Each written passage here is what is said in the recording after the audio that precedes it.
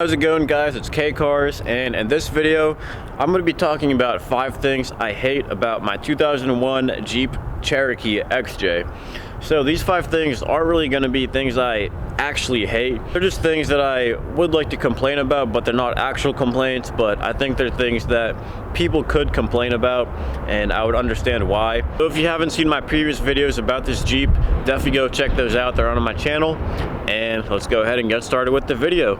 So the number one thing I hate about this Jeep are the headlights. So these things are so bad, I accidentally left them on whenever I parked here and I could barely even tell. So I don't want to drain the battery, but I'll go ahead and turn on the headlights really quick for you guys.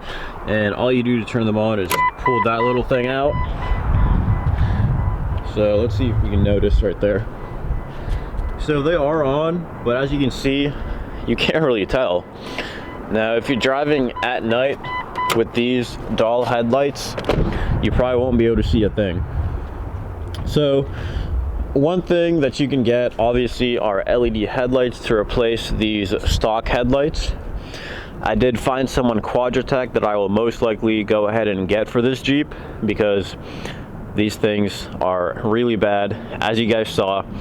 And like I said, they were on and I couldn't even tell. Now the taillights on this thing aren't really that bad. You can see them when they're lit up. So I don't think I'm gonna do anything about the taillights. I did find some LED taillights, but they were kind of like circular things like that, which I don't like how those look. So I'll probably just go ahead and keep the stock taillights on here. The number 2 thing I hate about the Jeep Cherokee XJ is the amount of rust it has.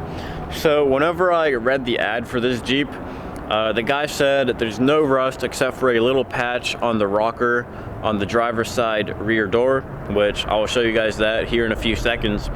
But he didn't mention anything about all the rust on the undercarriage, and whenever I came to see the Jeep in person, I noticed all the rust under there. So these Jeeps are known for having horrible rust on the rockers, and fortunately this one isn't too bad on the paint, like the actual body of the car. But underneath it's pretty rusty. The frame isn't horrible, but everything else is pretty bad. So let's go ahead and take a look at all the rust on this Jeep Cherokee XJ. Here's a little patch of rust that I was talking about on the rocker. It doesn't look too bad from a distance, but once you actually get close, you can see it's already chipping away, which isn't good at all. I'm definitely gonna have to do something about all the rust.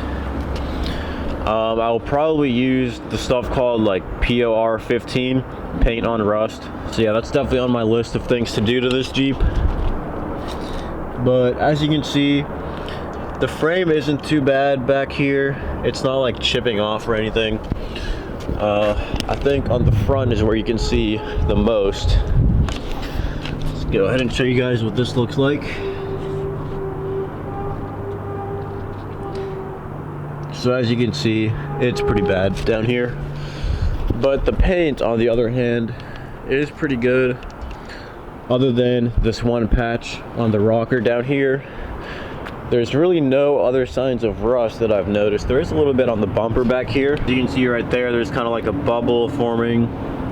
It's a little bit of rust, but I'm going to be replacing this bumper anyways, so that isn't a huge deal to me.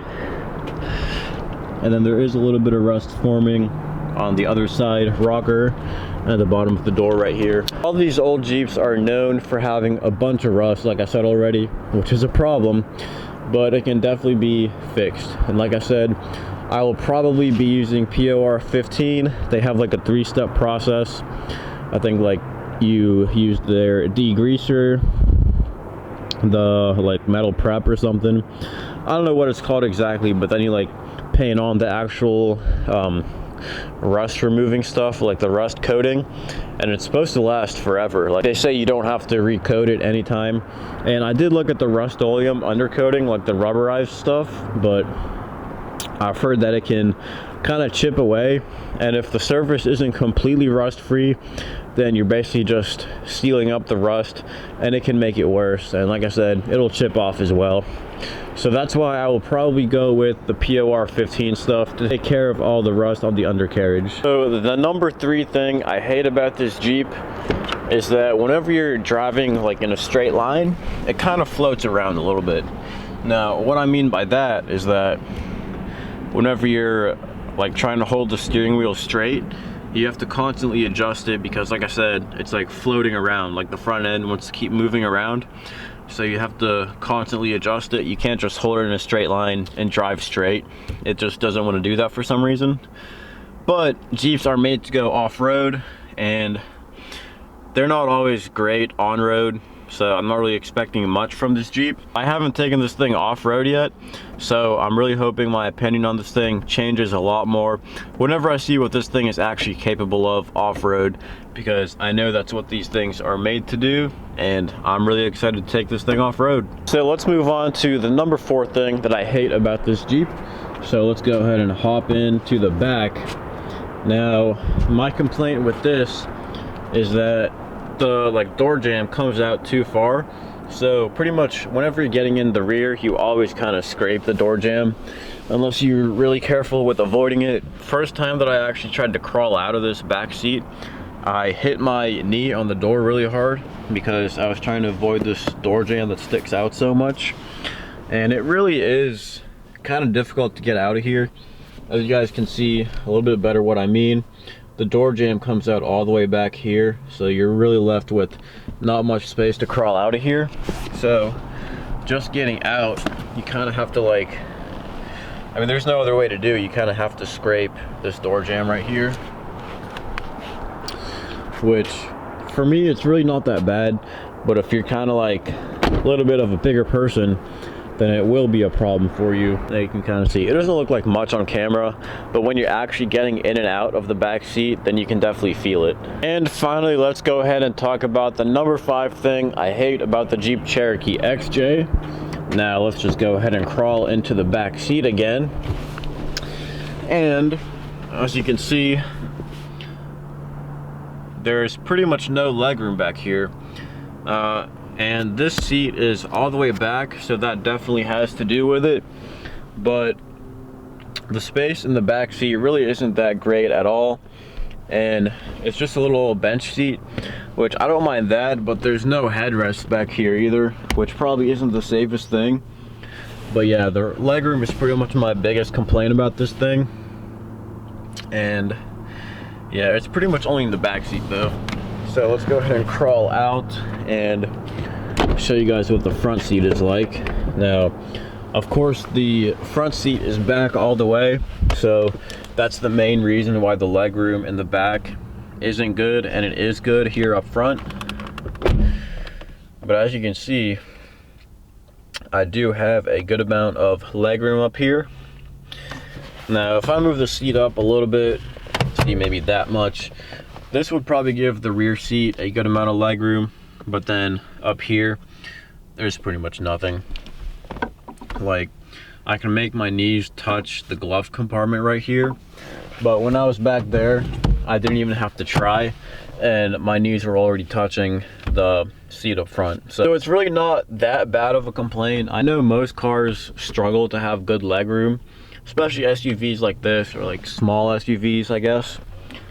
But yeah, it's really not terrible. It's just something that I found out that maybe some other people would complain about, because I don't know, maybe if they have kids or a family and they're using this car as a family car, then I could see how people would want to complain about that. Because like I said, all these 5 complaints that I just told you about aren't really things that I hate about the Jeep. They're just things that I would expect other people to complain about.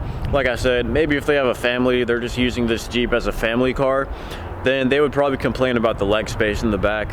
And I mean, all the other complaints that I had about this Jeep don't really matter. I kind of said the same thing whenever I made this video about the Challenger, like 5 things I hate about the Dodge Challenger Scat Pack.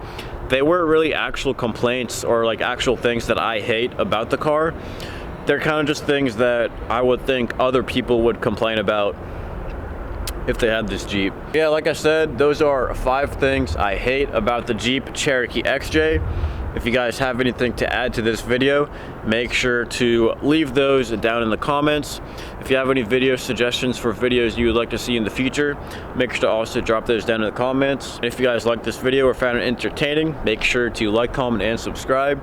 And definitely subscribe to see my XJ build and some off-roading videos. And as always, thanks for watching.